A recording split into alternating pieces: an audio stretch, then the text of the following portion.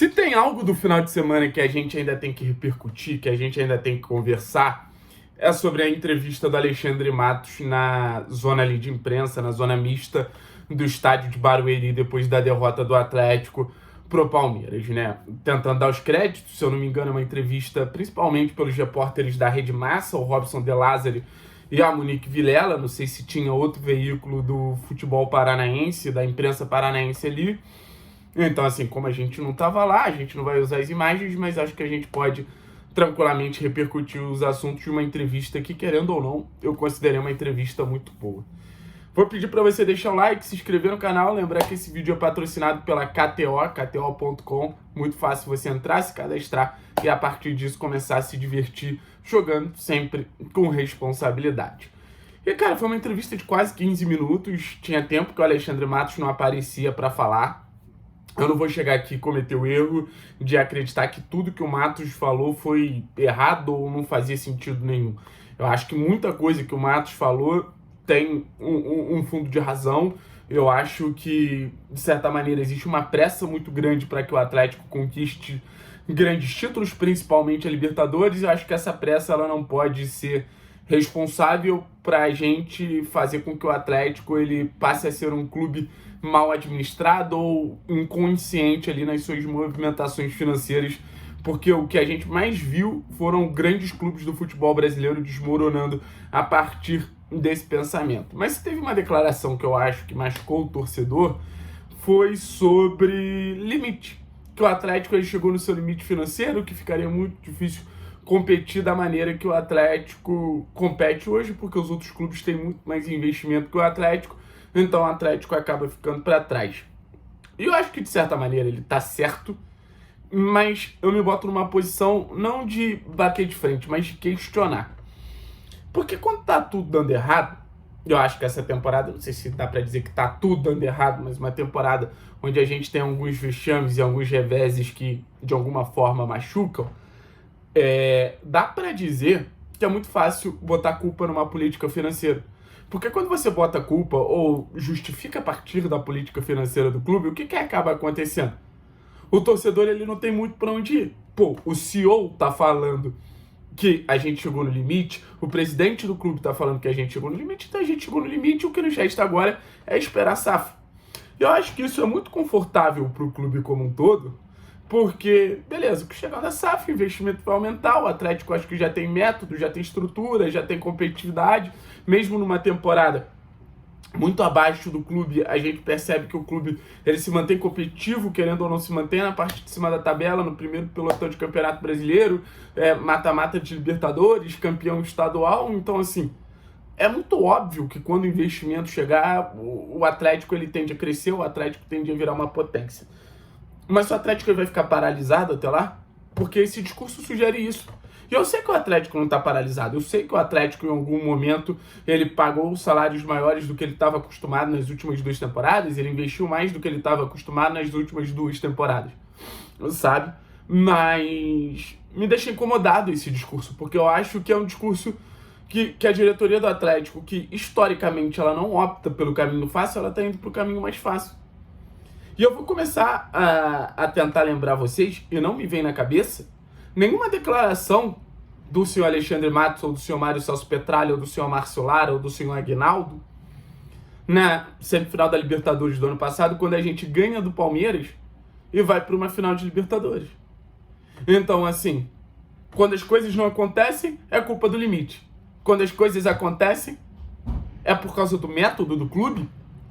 Vocês entendem como fica um discurso muito fácil? Como fica um discurso muito tranquilo para a diretoria do Atlético? Então, assim, o meu pensamento é o seguinte. Óbvio, é nítido, é cristalino, que a partir do momento que a gente, de alguma forma, tem menos dinheiro investido no time do que os concorrentes, do que os 6 concorrentes que estão na frente do Atlético e até que outros que estão na parte de baixo, é normal que o Atlético ele tenha menos potência que esses caras. É normal. Isso eu concordo. E eu não quero que o Atlético ele saia gastando dinheiro de maneira desenfreada. Isso eu concordo. Eu concordo que a torcida tem que apoiar nos jogos finais porque a Libertadores está muito difícil, mas ainda não está impossível. Concordo. Eu não tô aqui para sair dando porrada no Matos. Mas eu também tô aqui para falar.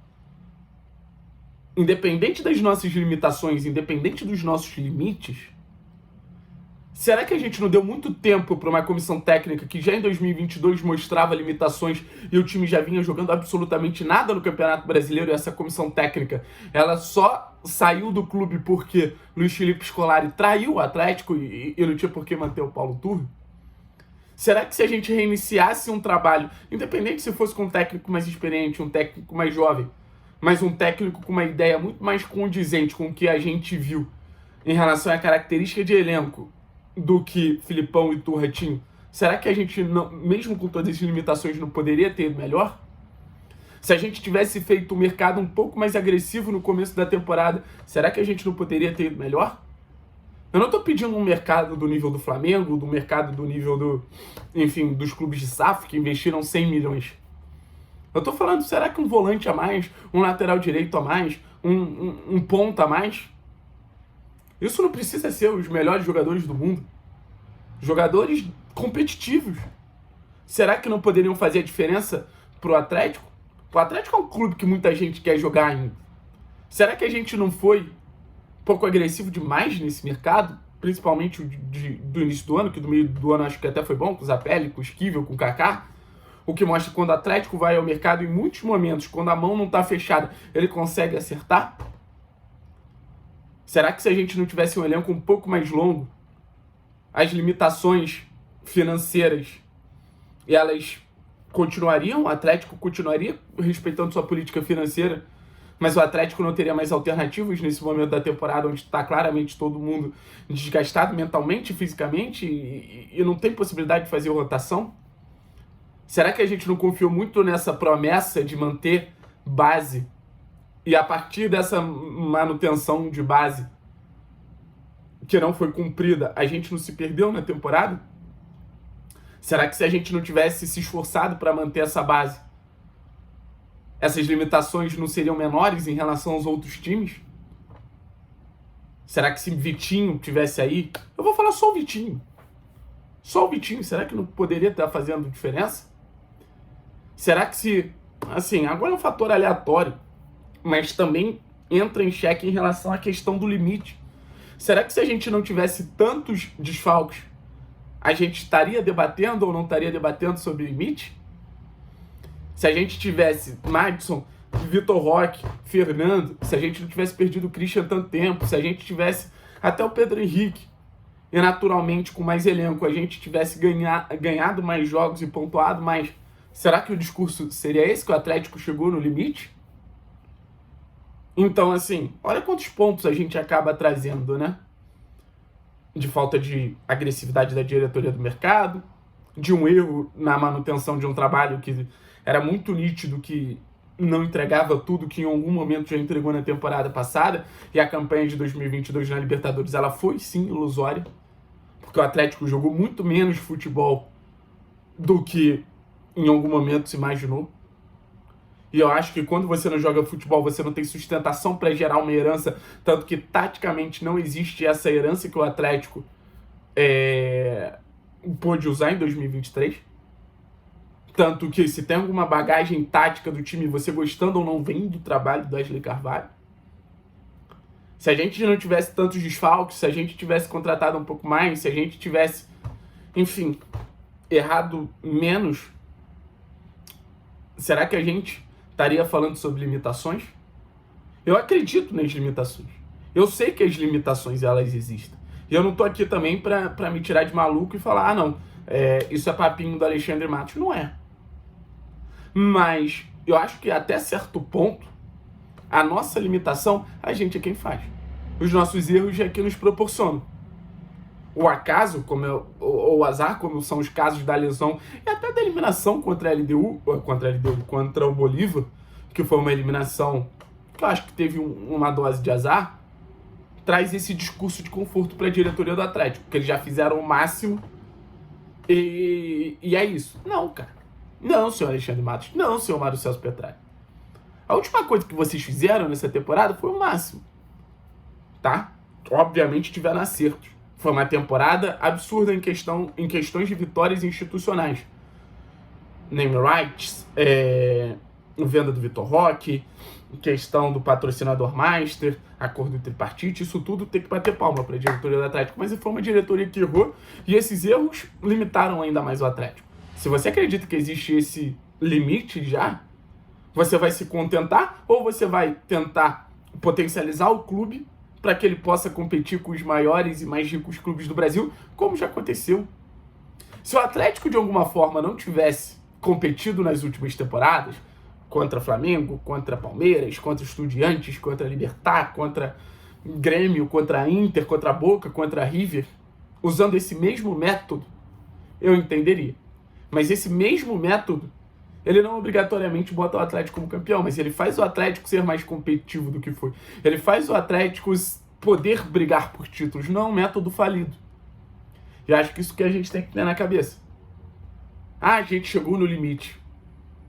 Óbvio que agora tem as SAFs no futebol brasileiro, que geram mais concorrentes, mas também nada fora de outro mundo, sabe?